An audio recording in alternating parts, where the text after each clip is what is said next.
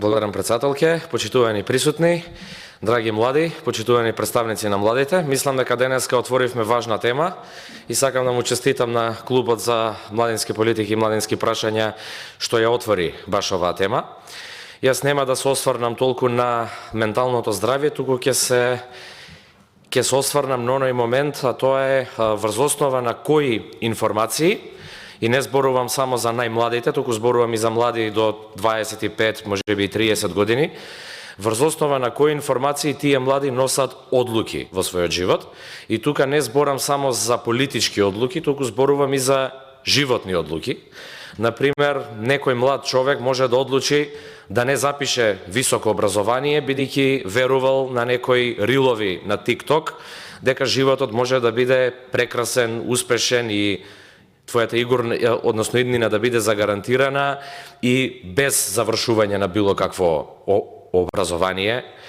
Млад човек може да биде навлечен во погрешни политички одлуки, бидејќи се информираат од социјални мрежи, социјалните мрежи ќе бидат преплавени од некоја содржина и ќе донесе одлука која што нема да биде исправна и во тој правец. И тука зборувам генерално за сите одлуки кои еден млад човек ги носи во својот живот. И моето обраќање ќе биде кратко и ќе биде во еден правец, а тоа е овде сме собрани представници на младите, младински организации, организации кои се занимаваат со младински прашања и односно луѓе или представници кои имаат влијание врз младите луѓе, врз начинот на нивно размислување и така натаму.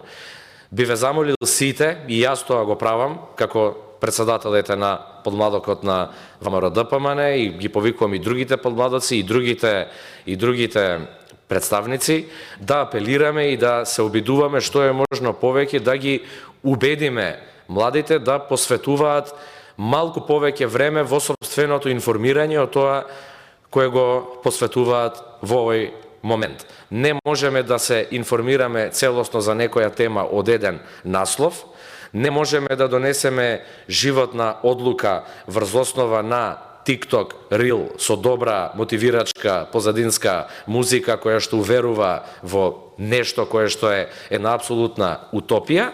И затоа мислам, тука се ставам и себе како пример, и јас најчесто не гледам цели вести, гледам мали исечоци на YouTube и така натаму. Иначе јас влегувам во кошот на млади луѓе кои не трошат време на собственото информирање, но не треба тоа да го правиме.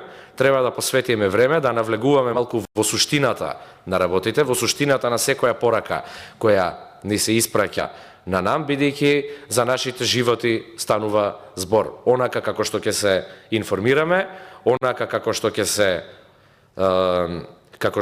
ќе ги примиме информациите, начинот на кој што ќе ги примиме, ќе ни го дефинира понатамошниот развој во нашите животи. Затоа еве и моја порака до младите и вас ве повикувам да ја пренесете, да навлегуваме во суштина, да го проверуваме изворот на информациите, да не наседнуваме на информација без автор, објавен текст од рандом страна, повикуваат на X работа, не знаеме кој го напишал тоа, никој не стои позади тоа со својот личен интегритет. Тоа мора нешто нас да ни говори, дали таа информација е релевантна или е помалку релевантна.